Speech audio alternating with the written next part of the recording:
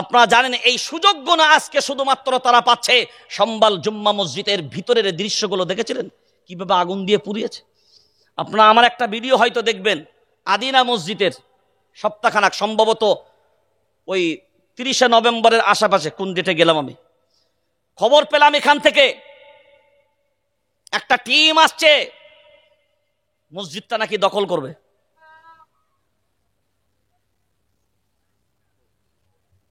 পূজা পাঠ চলবে, বান্দা হাজির আদিনা মসজিদে। আল্লাহর ইহসান।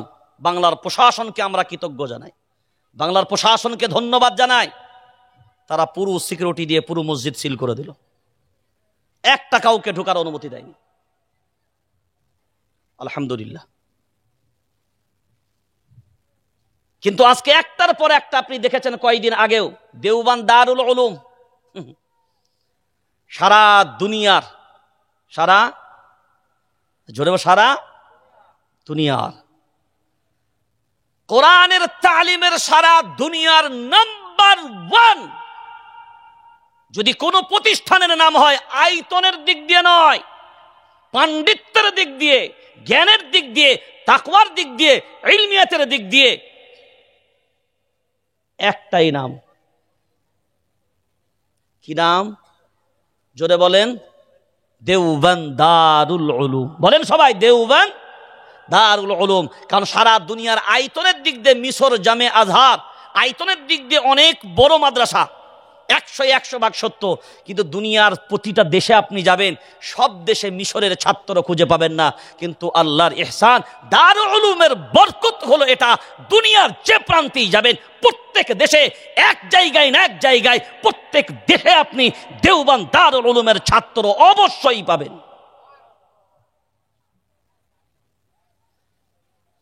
আজকে কুনজর, কুদৃষ্টি পড়েছে এই দেওবানদের উপরে।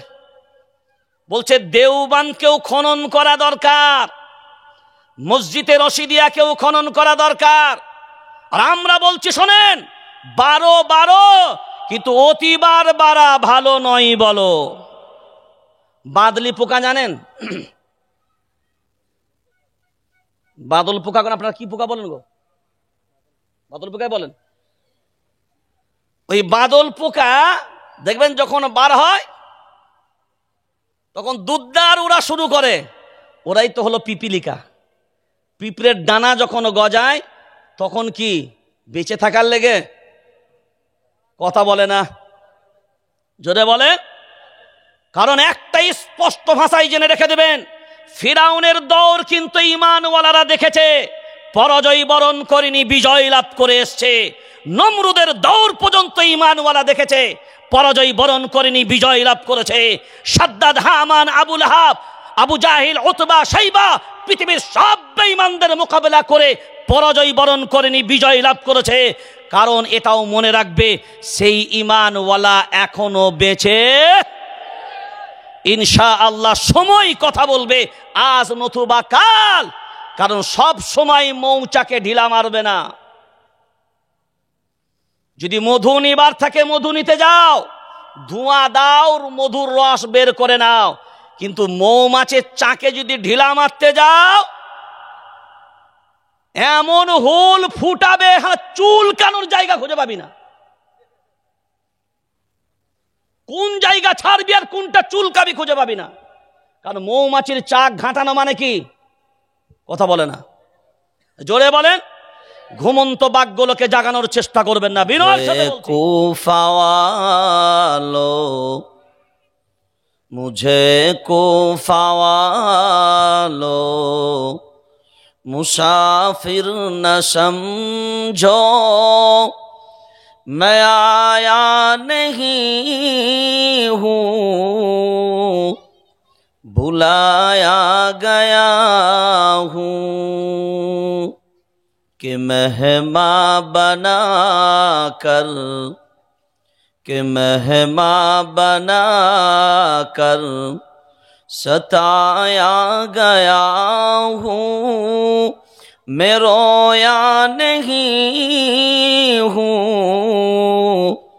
रुलाया गया हूँ, कि मेहमां बना कर, कि मेहमां बना कर सताया गया हूँ, मैं रोया नहीं हूँ, रुलाया गया हूँ।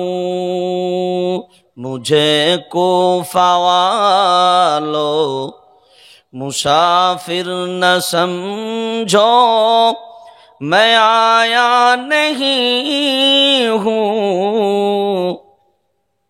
बुलाया गया हूँ।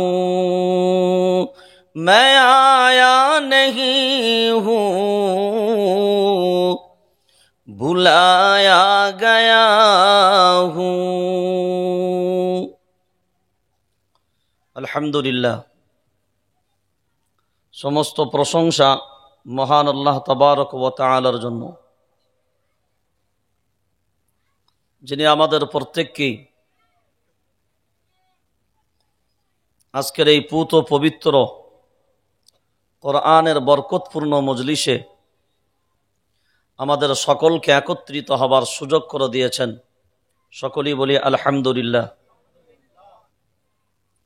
দরুদ ও সালাম বর্ষিত হোক সেই মহান মানবের প্রতি, যার আগমনে বিশ্ব ভূমণ্ডল নবমণ্ডল যে পিপাসার্ত ছিল, তার আগমনে তাদের পিপাসা নিবারণ হলো।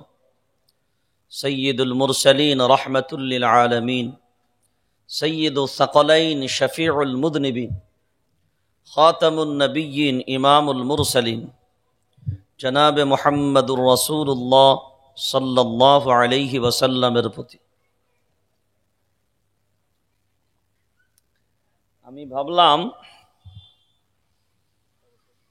যে জায়গাটা যাচ্ছি, জায়গা হলো নন্দীগ্রাম।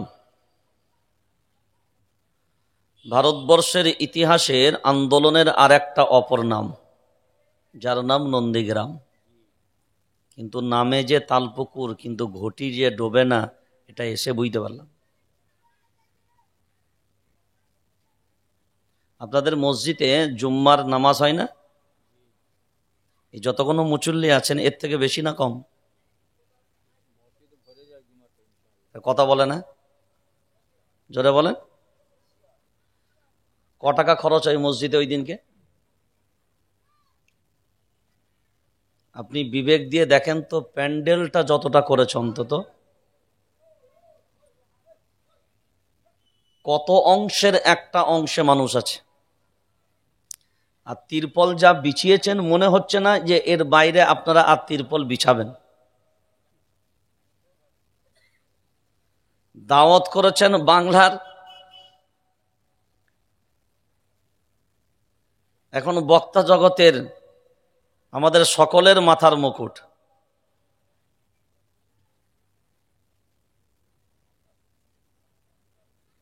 কিন্তু আমার পূর্বের বক্তা একটা গুরুত্বপূর্ণ কথা বাস্তবই বলে গেছে। আমি সত্যিকার বলছি, আপনাদেরকে দেখে আমি মায়ুস হয়ে গেছি।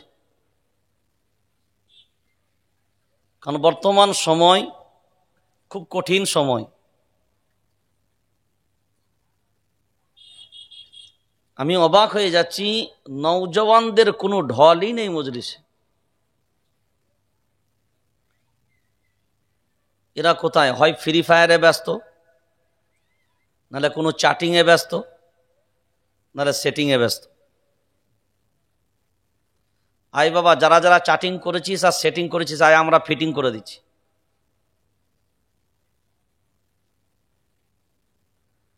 বর্তমানে একটা কঠিন সময়। আমি প্রায় বলে থাকি, বললে মা মার খাবে, না বললে বাপ,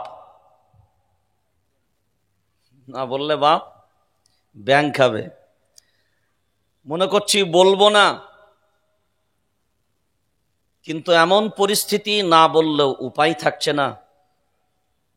আর যদি বলছি, তো জাতিকে বর্তমান সময়ে বোঝানো কঠিন হয়ে পড়ছে, বোঝানো যাচ্ছে না। আমি ডাইরেক্ট আজকে আসছি ত্রিপুরা থেকে। তো গত রাত্রে আমি যখন স্টেজে উঠছি, তো স্টেজে ওঠার আগে আমাকে একটা গুঁজা বাঁশ মেরে দিল, বললো হুজুর 2-4টা বাড়ির পরেই ফাটা কেষ্টর বাড়ি। বুঝতে পারেন না মনে নাকি? 2-4টা বাড়ির পরেই কার বাড়ি? হ্যাঁ, এবার ফাটা কেষ্ট যে আছে সে তো বুঝতে পারছেন। তো বললো হুজুর বুঝে সুঝে। আমি বলি এই কথাটা বলতে আমার স্টেজে ওঠার আগেই মন গেল? আমাকে দাওয়াত করেছেন তো 7-8 মাস আগে, তো তখন বললেই তো ভালো হতো। স্টেজে ওঠার আগে কেন মাইন্ডটাকে গরম করে?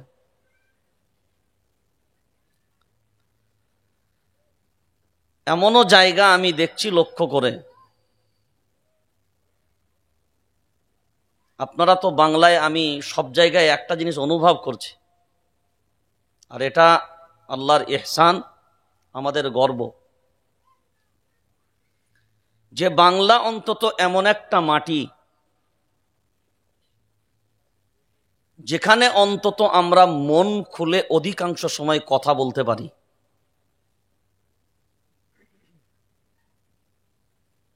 আস্তে আস্তে ভিন্ন রাজ্যগুলোতে কণ্ঠ রোধ করে দেওয়া হচ্ছে, কথা বলতে দেওয়া হচ্ছে না। মানুষকে হকের কথা বলবেন,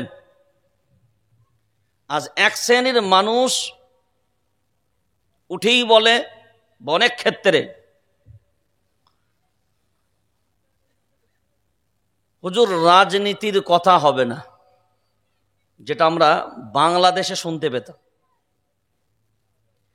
কোন উলামায়ে কেরাম কিন্তু রাজনীতির কথা বলার জন্য স্টেজে ওঠে না। কি বললাম বুঝছেন? কিন্তু কোরআনের হকের যে কথাগুলোই আলোচনা করবে, ওইগুলো যদি আপনি আপনার গায়ে পেতে নেন তো এরা কি বলবে?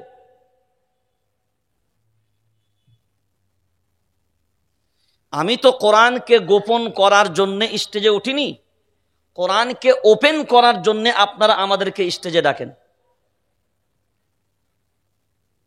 কথা বুঝেননি? এখন আমরা যদি আপনাদের কথায় সায় দিয়ে সেইভাবে যদি কোরআনগুলোকে আস্তে আস্তে গোপন করতে শুরু করে দিই, তাহলে এ জাতিও তো কোরআনের হকগুলো শোনা থেকে মাহরুম হয়ে যাবে। সেই জন্য কম বেশি আমরা সবাই জানি কোরআনুল কারীম স্পষ্ট না অস্পষ্ট? সবাই বলেন। অস্পষ্ট মানে কি আর স্পষ্ট মানে কি? স্পষ্ট মানে হলো যার ভিতরে কোনো জড়তা নাই, কোনো দুর্বলতা নাই, কোনো ঝাপসা নাই, কোনো রকম পার করিয়ে দিয়েছে এমন ব্যাপার নয়। আর অস্পষ্ট মানে যেটা বোঝা যায় না, আসলে কি চিনা যায় না, ল্যাজ তুলে দেখেও বুঝতে পারা যাবে না এড়ে না বেড়ে। দুনিয়ার জামানায় বহু জিনিস আছে, কিন্তু কোরআনুল কারীম হলো এমন একটি কিতাব যেটা এত স্পষ্ট আর দুনিয়ার জীবনে আর অন্য কোনো কিতাব আসেনি আর আসবেও। এখন এই সুস্পষ্ট বর্ণনাময় কিতাব, এটা যদি আমরা মানুষের কাছে সুস্পষ্টভাবে তুলে না ধরি, জলসা কমিটি দায়ী হবে না উলামায়ে কেরাম দায়ী হবে? জোরে বলেন। কারণ দায়িত্ব কে দিয়েছেন তাদের? জোরে বলেন। কোরআনুল কারীম সূরার নাম সূরা মায়েদা, 6 নম্বর পারা, 17 নম্বর সাফা। লাউলা ইয়ানহাহুমুর রাব্বানিয়ুনা ওয়াল আহবার আন কওলিহিমুল ইসমা ওয়া আকলিহিমুস সুহত লাবি'সা মা কানু ইয়াসনাউন। আল্লাহু আকবার বলেন। প্রথম এখানে বসে আছি যারা, একটা স্পষ্ট কথা শুনে নেন তারা। কোরআনুল কারীমের অপর নাম হলো কালামুল্লাহ। কি নাম? জোরে বলেন। কালামুল্লাহ, যার বাংলা অর্থ হলো আল্লাহর কথা। কার কথা? সবাই বলেন। তাহলে কোরআনে যা আছে কার কথা? আল্লাহর কথা। তাহলে কোরআনে যে কথাগুলি আল্লাহ বলেছেন, আচ্ছা সবগুলি সত্য না কিছু সত্য কিছু মিথ্যা? ঠিক করে ভেবে বলেন কথাটা। আমি 3 বার জিজ্ঞাসা করব। সব একদম ফাইনাল বলছেন? একদম ফাইনাল, কোনো সন্দেহ? দেখেন এখনো সময় আছে। এখন যদি আপনারাই বলেন এ কথা যে কোরআনের প্রত্যেকটা কথা আল্লাহ, অর্থাৎ এই কথাগুলো সবই আল্লাহর, তাহলে একটা কথাও ওখান থেকে বাদ দেওয়ার আছে কি? 2-10টা বাদ দিলে কি কোনো অসুবিধা আছে?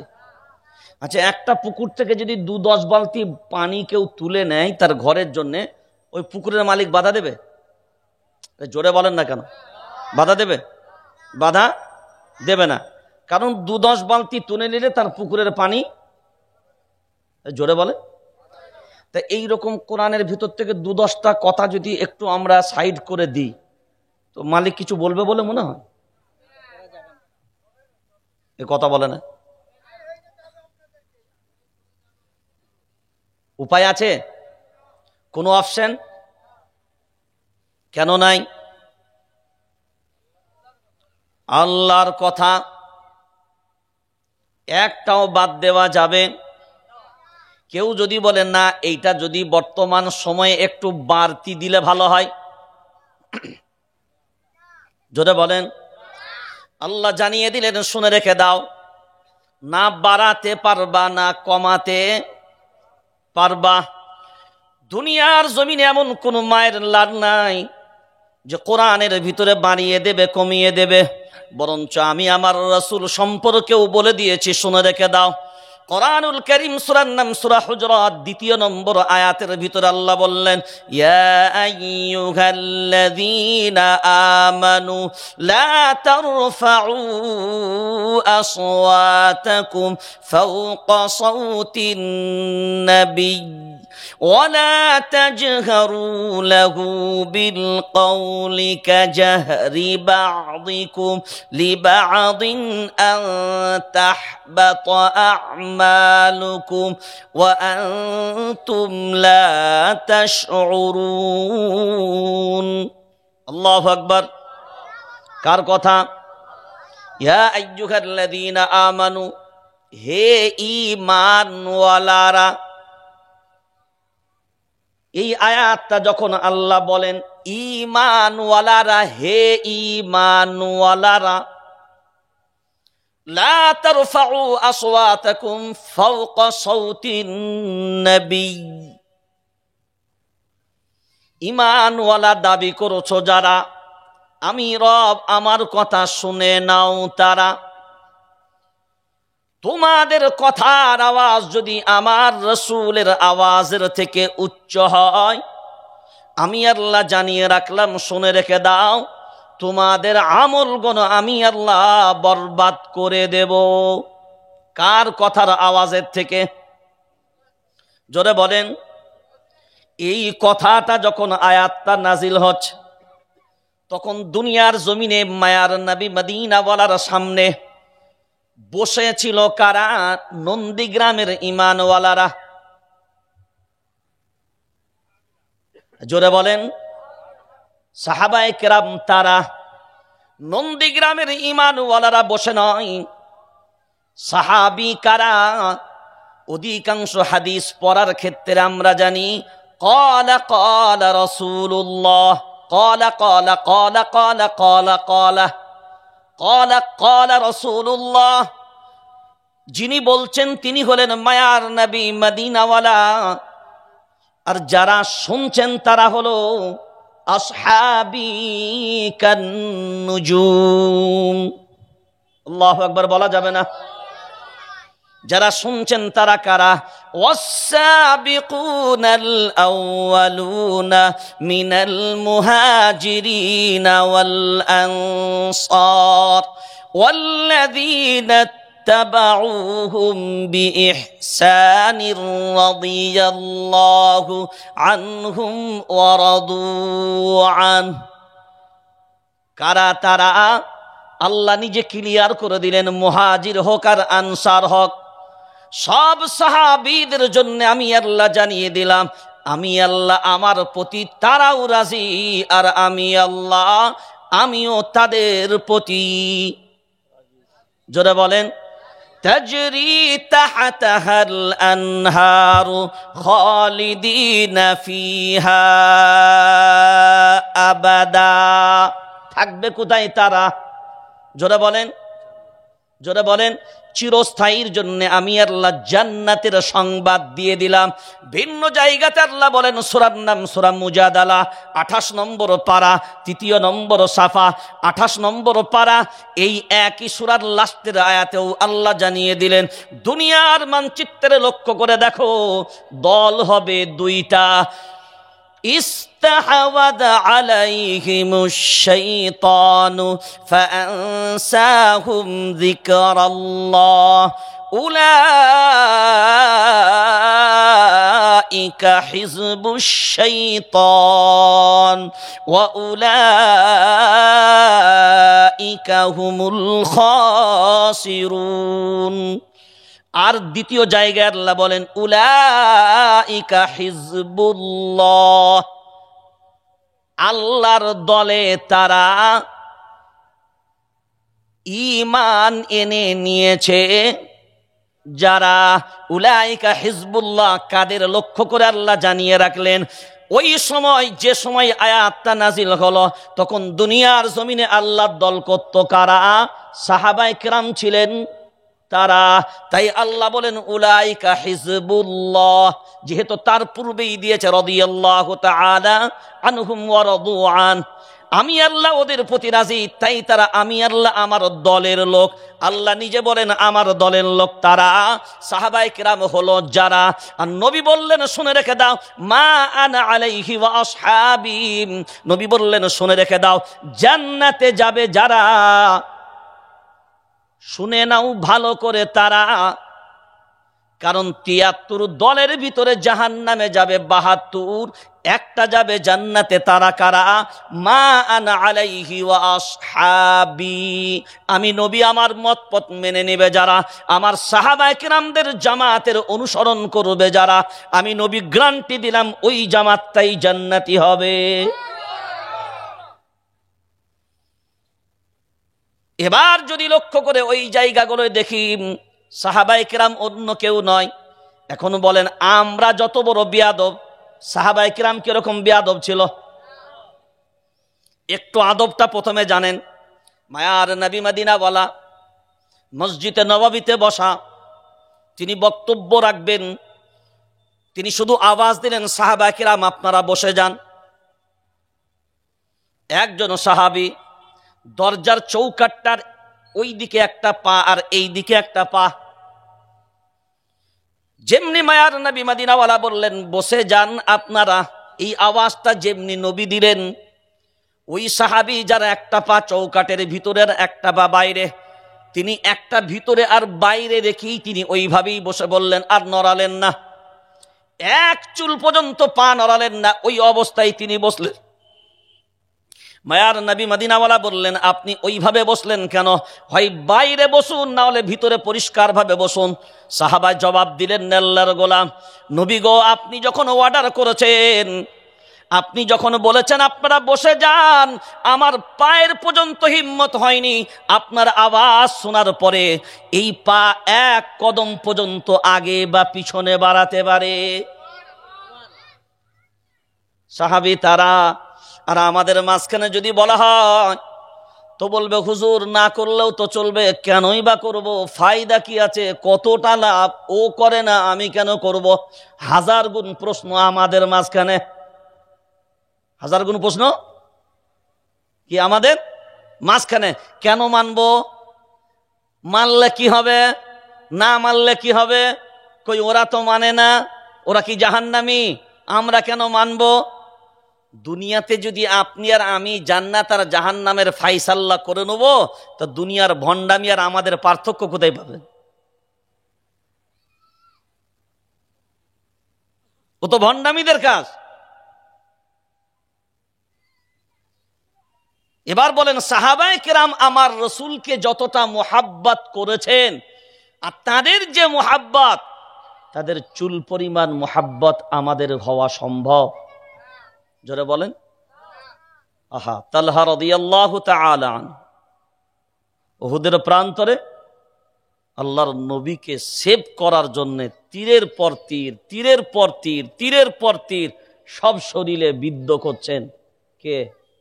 একজন সাহাবী। একটা তীরও যেন আমার রসুলের গায়ে যেন স্পর্শ না করে। আর আমাদের যা অবস্থা, আমি তো দেখেছি, একবার কলকাতায় আন্দোলনে গেছি জানেন, আর আন্দোলন চলছে আর সামনে থেকে পুলিশ আক্রমণ করেছে। টিয়ার সেল আর কাঁদানে গ্যাস চেনেন নি? টিয়ার সেল কোনোদিন খেয়েছেন? খাননি, তার বুঝবেন কি করে। এ সলিমুদ্দিন সব খেয়ে বসে আছে। তো টিয়ার সেল লাগলে তখন বুঝতে পারবেন যে কত ধানে কত চাল। আর কাঁদানে গ্যাস খেয়েছেন? কাঁদানে গ্যাসের পাল্লাই তো পড়েননি। ও যাক, জীবনের অভিজ্ঞতা থেকে বলছি।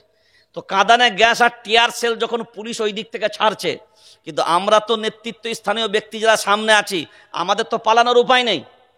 তো আমি মনে মনে ভাবছি যে এত কিছুর পরে দুনিয়ার সব মুরিদগণ পালাতে পারে, আশা করছি আমার যে কটা মুরিদ হয়েছে একটাও পালাবে না। তারপরে আমি অনেকক্ষণ পর বলছি একবার তাকবীর দিয়ে দেখি তো পিছনে আমার মুরিদগুলো কোথায়। যখন পিছনে উকি মারছি তখন দেখছি আল্লাহু আকবার, শুধু ইমাম সাহেব একা। মাঠ পুরো কি, তুমি গেলি কোথায় বল না। তো খুঁজে তারপরে যখন সব শান্ত, তারপরে খুঁজে গিয়ে দেখি কেউ মেট্রোর তলায় ঢুকে আছে, কেউ ঠান্ডা পানির দোকানে গিয়ে ঠান্ডা খাচ্ছে। বলছে হুজুর যখন চলা শুরু করেছে তখন আর হুজুরের কথা মনে পড়েছে। আমি বললাম হাই রে আফসোস, যদি সামান্য টিয়ার সেলার কাঁদানে গ্যাস পড়ার সাথে সাথে এ উম্মতের এ দশা হয়, তাহলে বন্দুকের নলের সামনে যখন তোমার ইমানের পরীক্ষা দেওয়ার প্রয়োজন হবে, তখন তোমার ইমানটা কোন জায়গায় থাকে।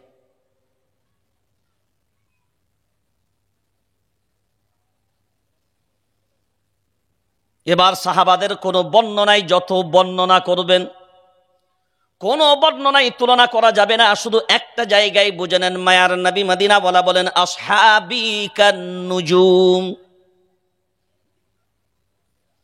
আমার সাহাবাই কিরাম হলো নক্ষত্রের মতো। তোমরা যদি মনে করো নক্ষত্র ধরবো, তোমরা তোমাদের নিজস্ব গন্তব্য স্থানে তোমরা পৌঁছে যাবে। নবী নক্ষত্রের কথা কেন বললেন? মুহাদ্দিসিনে কিরাম তারা নিজেরা ব্যাখ্যা করেছেন, এই জন্যই মায়ার নবী মদিনাওয়ালা নক্ষত্রের সাথে সাহাবাদেরকে তুলনা করলেন। কারণ সাহাবীরা নক্ষত্রের মতন কেন? আর ভিন্ন হাদিসেও যেটা নবী বললেন মা আনা আলাইহি ওয়া আসহাবি, এই দুটো জায়গা থেকেই বুঝতে পারলাম স্পষ্টভাবে। তখন এটা গবেষণা করতে গিয়ে দেখা গেল, জেলে চেনেন, জেলে যারা সমুদ্রে সাগরে মাছ ধরে, এই জেলেদের সাথে কন্ট্যাক্ট করে তাদের সাথে কথা বলা হলো, আপনারা ধরুন এমন কোন সমুদ্রে মাছ শিকার করতে গিয়ে ধরুন এমন কোন জায়গা চলে গেলেন, কোন দুনিয়ার কোনো টাওয়ার নাই, নেটওয়ার্ক নাই, দিক খুঁজে পেলেন না কোনটা দিক, পূব পশ্চিম উত্তর দক্ষিণ দিক নির্ণয় করার ক্ষমতা পর্যন্ত হারিয়ে ফেললেন। সব কিছু আপনার যন্ত্র, সায়েন্স, বিজ্ঞান সব ফেল। এখন বলেন এই রকম পরিস্থিতির যদি মোকাবেলা আপনাদের সামনে কোনোদিন হয়, তাহলে আপনারা তখন আপনাদের গন্তব্যে ফেরার জন্যে কি দেখে আর কি ভেবে আপনারা নির্ণয় করেন এই পথটা দিয়ে আমরা আমাদের বাড়ি ফিরে যাব? তখন বিজ্ঞ অভিজ্ঞ জেলে যারা, তারা বলল আমরা তখন কোনো উপায় যখন থাকে না, তখন একটাই উপায় আমাদের জন্য সামনে থাকে, তখন আমরা আকাশের তারকাগুলোকে দেখি, আর ওই তারকাগুলো দেখি আমরা আমাদের গন্তব্য ঠিক করে নিই। নবী বললেন, শুনে রেখে দাও, দুনিয়ার জমিনে যখন তুমি কোনো দিশা খুঁজে পাবে না, এ দল সে দল, এ মত সে মত, দলেরও অভাব নাই, মতেরও, জোরে বলেন, তবলিগ, ফুরফুরা, দেওবন্দি, বেরেলি, হানফি, শাফি, মালিকি, হাম্বলি, কাদরিয়া, চিশতিয়া, নকশবন্দিয়া, মুজাদ্দিদিয়া, মুতাজিলা, খাওয়ারিজ, নাজ্জারিয়া, জাবারিয়া, মুশাব্বিয়া, নাজিয়া, জামাত ইসলাম, আহলে হাদিস, আজানগাছি, পিয়ারডাঙ্গা, পিলা পাগড়ি, কালো পাগড়ি, লাল পাগড়ি, হলুদ পাগড়ি, সাদা পাগড়ি, এ দল সে দল, এ মত সে মত, এ পার্টি সে পার্টি, চাটাই পার্টি, মাদুর পার্টি, শীতল পার্টি, দলেরও অভাব নাই, পার্টিরও অভাব নাই, নেতারও অভাব নাই। আমাদের মাঝখানে তো পূজার থেকে নেতাই বেশি, শ্রোতার থেকে কি নেতাই বেশি। সেই যখন হয় না, যদি সবাই যদি দোকানদার হবে তো কাস্টমার কে হবে, বুঝতে পারেন নাই? আমাদের তো সবাই নেতা। আজকে আমরা আমাদের সাফল্য না পাওয়ার পিছনে তার প্রধান কারণ হলো আমরা নেতৃত্ব মানার কথা বললে কি হবে, কিন্তু যখন নেতাদেরকে নত হয়ে একজোট হবার প্রয়োজন হবে, তখন এই নেতাদের ভিতরে অহংকারের আবির্ভাব আর জন্ম ঘটবে। সে তখন বলবো, আমি নত হব, আমি কি কম বড় নেতা, আমি কেন নত হব? অথচ হাদিসের বর্ণনা এরাই করবে, কোরআনের বর্ণনা এরাই করবে। তো হাদিস আল্লাহর নবী বলেনি, মান তাওয়াযা লিল্লাহি রাফাআহুল্লাহ, কেউ যদি আল্লাহর জন্য নত হয়, আল্লাহ তার সম্মান মর্যাদা। আমার রসুল কি নত হয়নি? কথা বলে না। হুদাইবিয়ার সন্ধির চুক্তির সময় বেঈমানদের কাছে যখন হজ করতে গেলেন, সেই সময়তেও যখন মক্কা থেকে ফিরে এসছেন হজ না করে, ব্যাক করেনি, কথা বল, ব্যাক করেনি। তাহলে পরিস্থিতির উপরে নির্ভর করে অনেক সময় ব্যাকেও আসতে, কথা বলে না। আফগানিস্তান 2000 সালে আমেরিকা যখন একের পর এক আক্রমণ কণ্ঠাসা, আফগানিস্তান পিছু হেঁটেছিল না হাঁটে নেই? তালিবান, কথা বলে না, পিছু হেঁটেছিল। কিন্তু ওই যে পিছু হেঁটেছিল, সারা দুনিয়ার মানুষ মনে করলো সব বুঝি পাহাড়ে, তুরা বুড়া পাহাড়ে লুকিয়ে গেছে আত্মগোপন করে, আর কারোর অস্তিত্ব বুঝি নাই। কিন্তু 2019-এ যখন বার হলো, শটটা কেমন ছিল? গোলকিপার গোলকিতেও টিকতে পারে নাই, বার পর সহ উবড়ে দিয়েছে। সুবহানাল্লাহ, ঘরে গিয়ে 3 দিন পরে বলবেন। আপনারা দেখেন, যারা বল করে, ক্রিকেটে বল করে না, তো যারা স্পিনার হয় তারা কি খুব জোর রানিং নেয়? 2-4 কদম ত্রুক ত্রুক করে লাম মারে, মেরে দিল। আর যে কোনো ফাস্ট বোলার হয়, তারা যখন ওইখান থেকে রানিং করে না, তখন ওখানে ব্যাটসম্যান যে দাঁড়িয়ে থাকে, সে তার কলজেটা এরাম, ও বলটা এরাম ধরে আছে, আর কলজেটা কিন্তু এরাম হচ্ছে, কারণ ও বল তার বুকেও লাগতে পারে, তার পাঁজরাতেও লাগতে পারে। এ যত পিছনে ছোটে, মানে বলের গতিটা ততটা বাড়ানোর জন্য ছোটে। তো ভাববেন, কখনো পিছিয়ে যাওয়াটা এটা দুর্বলতার কারণ নেই, প্রয়োজনের পরিপ্রেক্ষিতে বুদ্ধিমান হলো সে। প্লান্টি শট যারা মারে, বল রেখে প্লেয়ার পিছুচ্ছে, এখন কেউ যদি দেখ বল দেখে ভয়ে পালাচ্ছে, নাকি ভয়ে পালাচ্ছে না শটটা জোরে মারবো বলে পিছুচ্ছে?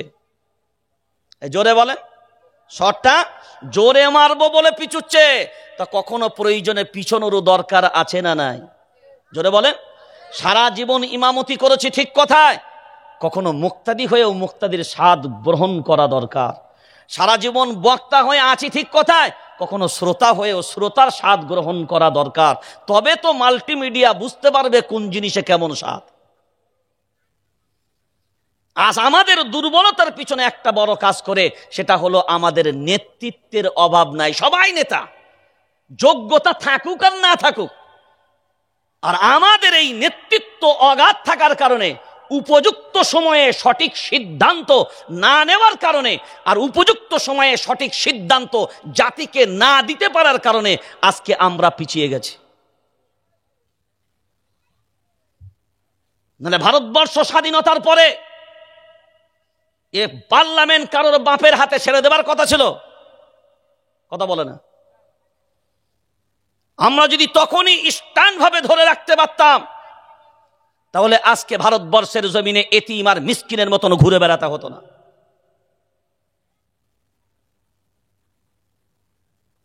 সুযোগ দেখবেন অনেক প্লেয়ার থাকে, সুযোগ সন্ধানী প্লেয়ার বলে এগুলোকে। এরা খাটে না, খাটে খুব কম, কিন্তু দেখে বল যদি তৈরি হয়ে থাকে ঠিক জায়গা মতন, খালি কি খাটলো দাড়িওয়ালা টুপিওয়ালা, ভারতবর্ষের স্বাধীনতা নিয়ে আসলো তারা। আর যখন আজকে দেশ উন্নতির নিরিখে পৌঁছানোর কথা,